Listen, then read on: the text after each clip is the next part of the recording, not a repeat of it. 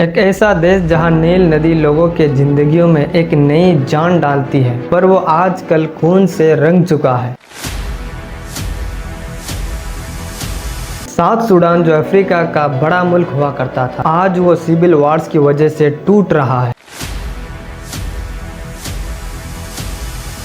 Sudan से south Sudan 2011 में ही अलग हो जाते हैं, पर आज बचा हुआ सूडान फिर से विभाजन का एक रूप ले रहा है। SAF और RSF पावर और लालच के लिए अपने ही देशवासियों को मार रहे हैं। सूडान की परेशानी दरअसल 19वीं सेंचुरी में ही शुरू हो गई थी, जब ऑटोमन इजिप्ट ने 1821 ईस्वी में अपने मिलिट्री के साथ सूडान को अपने कब्जे में लेता है और ये लोग आते ही सूडान के गुलामों को बेचने का धंधा शुरू कर देता है, जिसमें सूडान के गुलामों को दूसरे देश बेच दिया जाता था और उसके बदले में जब कुछ रकम या पैसा दिया जाता था तो उसमें सिर्फ इजिप्टियन गवर्नमेंट का ही हक होता था। तब लोगों ने मिलकर इसके खिलाफ जम के बगावत की। उसके बाद एंट्री होता है मोहम्मद अहमद का, जिसे मेहदी के नाम से जाने गए। मोहम्मद अहमद ने आके ही ब्रिटिश और इजिप्टियंस रूल्स के खिलाफ लड़ाई शुरू कर दी और उसने खार्तूम में ब्रिटिश जनरल गॉर्डन को मार के अपना कब्जा जमा लिया था। उस वक्त नॉर्थ सूडान में अरब मुस्लिम मेजोरिटी पे था और साउथ सूडान में अफ्रीकन क्रिश्चियन था, और तभी से इन लोगों के बीच भेदभाव की वजह से एक बड़ा सा विभाजन हो रहा था। एक तरफ शरिया कानून लागू हुआ जो कुरान और हदीस पर बेस्ड था, और दूसरी तरफ मजहब की आज़ादी चाहिए थी। सूडान को 1956 में ही आज़ादी मिल गई थी, लेकिन पहले ही रात से सिविल वार शुरू हो गई थी। पहली सूडानी सिविल वार्स 1955 से 1972 तक चली, जिसमें साउथ सूडान को ऑटोनॉमी देने का मांग की थी। मतलब साउथ सूडान अपना अलग राज्य बनाना चाहता था, जहाँ के पावर्स को वो लोग खुद कंट्रोल्स करे, जहाँ का रूल्स और पावर अलग हो और वो लोग उस पावर को खुद कंट्रोल करे। फिर उसके बाद एडिस अबाबा में एक एग्रीमेंट होता है जिसे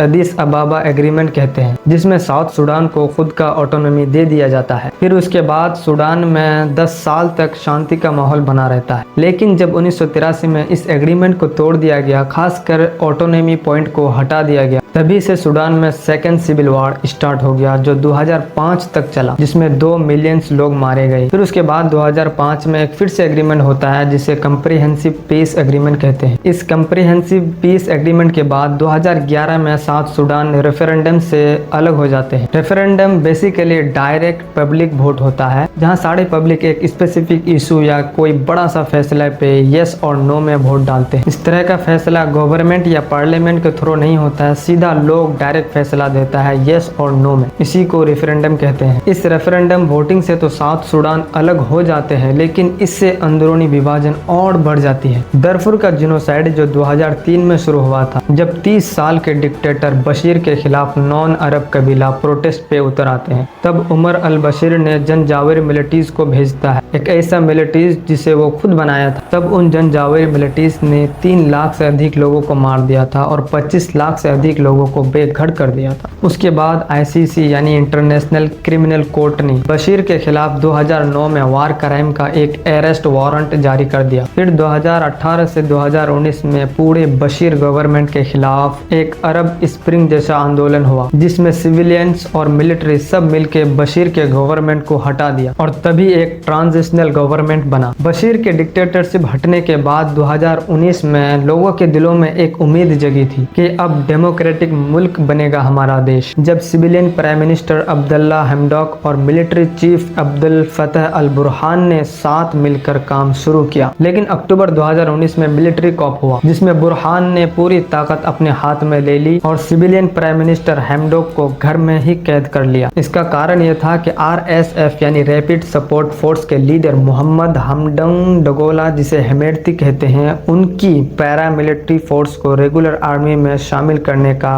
प्लान बनाया था। क्योंकि ये RSF यानी रैपिड सपोर्ट फोर्स जनजाविर मिलिट्री से इवॉल्व हुआ है, और ये RSF सूडान के रेगुलर या मेन आर्मी नहीं था कभी, ये बस एक पैरामिलिट्री है जो ऑफिशियली 2013 में बना था जनजाविर मिलिट्रीज को रीऑर्गेनाइज करके। जनरल बुरहान और जनरल हेमेडती पहले साथ ही थे और 30 साल के डिक्टेटरशिप बशीर को हटाने में भी ये लोग साथ ही थे, लेकिन पावर शेयरिंग के मुद्दे पर इनका झगड़ा और बढ़ गया। जब RSF को SAF के साथ मर्ज होने से बुरहान ने मिलिट्री कॉप किया। RSF यानी रैपिड सपोर्ट फोर्स को शुरू से अलग रखना था ताकि वो इंडिपेंडेंट फोर्स बने रहे और सूडान के मेन फोर्स यानी SAF में मर्ज होना नहीं था। और मार्च 2023 में और ज्यादा टेंशन बढ़ गई, जिससे RSF ने खार्तूम पे हमला बोल दिया, प्रेसिडेंशियल पैलेस और एयरपोर्ट को अपने कब्जे में ले लिया। और तभी SAF ने काउंटर अटैक करके खार्तूम पे अपना कब्जा फिर से जमाया लगभग 2 महीने के बाद। और यही से इस बार का ये सिविल वॉर स्टार्ट हुआ। अब सूडान 2 ग्रुप में बढ़ गया है, या यूं कहो कि 2 ग्रुप के सरकार में बढ़ गया है। SAF जो वहाँ मेन फोर्स है और RSF जो वहाँ के पैरामिलिट्री था। SAF यानी सूडानीज आर्म फोर्स जो जनरल बुरहान के अंडर है और जिसके सपोर्ट में इजिप्ट और सऊदी अरेबिया आते हैं। और दूसरी तरफ RSF यानी रैपिड सपोर्ट फोर्स जो जनरल हेमेडती के अंदर है और जिसके सपोर्ट में रसिया और UAE आते हैं। इस वार की शुरुआत तो खार्तूम शहर से हुई थी जब RSF ने खार्तूम पे हमला किया था। तब पहले के 3 महीनों में 1000 लोग मारे गए थे, लेकिन ह्यूमैनिटेरियन रिसर्च लैब का कहना है कि अब तक 20,000 से 1.5 लाख सिविलियंस की जानें जा चुकी है और अब तक 12 से 14 मिलियन लोग बेघर हो गए हैं, जिनमें से 7 से 8 मिलियन लोग इंटरनली डिस्प्लेस हुए हैं यानी सूडान के अंदर ही, और 3 से 4 मिलियन रेफ्यूजीज अपने नेबर्स कंट्री में चले गए हैं जैसे इजिप्ट और चैड में।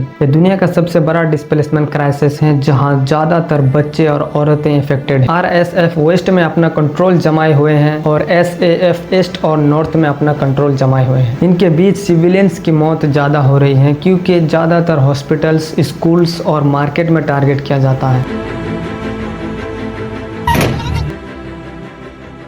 वैसे अभी अगर फिलहाल की बात करें तो ये दोनों ग्रुप RSF और SAF इतना पावरफुल नहीं है, और लेकिन फिर भी ये दोनों ग्रुप बाहरी ताकतों के बलबूते पर अपने ही देश को अभी भी बर्बाद कर रहे हैं। और यहीं पे ये पावरफुल कंट्रीज रसिया, सऊदी, इजिप्ट, UAE चाहे तो हथियार देने के बजाय इन लोगों को सीज फायर का ऑर्डर दे सकता है, जिससे ये वार 1 दिन में या कुछ ही सेकंड में खत्म हो सकता है। लेकिन सब अपने फायदे के चक्कर में सूडान को बर्बादी की राह पर और ढकेल रहा है, खासकर ये 4 कंट्रीज। उम्मीद करता हूँ कि आप लोगों को ये वीडियो पसंद आई होगी। तो मिलते हैं अगली वीडियो में, तब तक के लिए वीडियो को लाइक और चैनल को सब्सक्राइब कर लीजिए।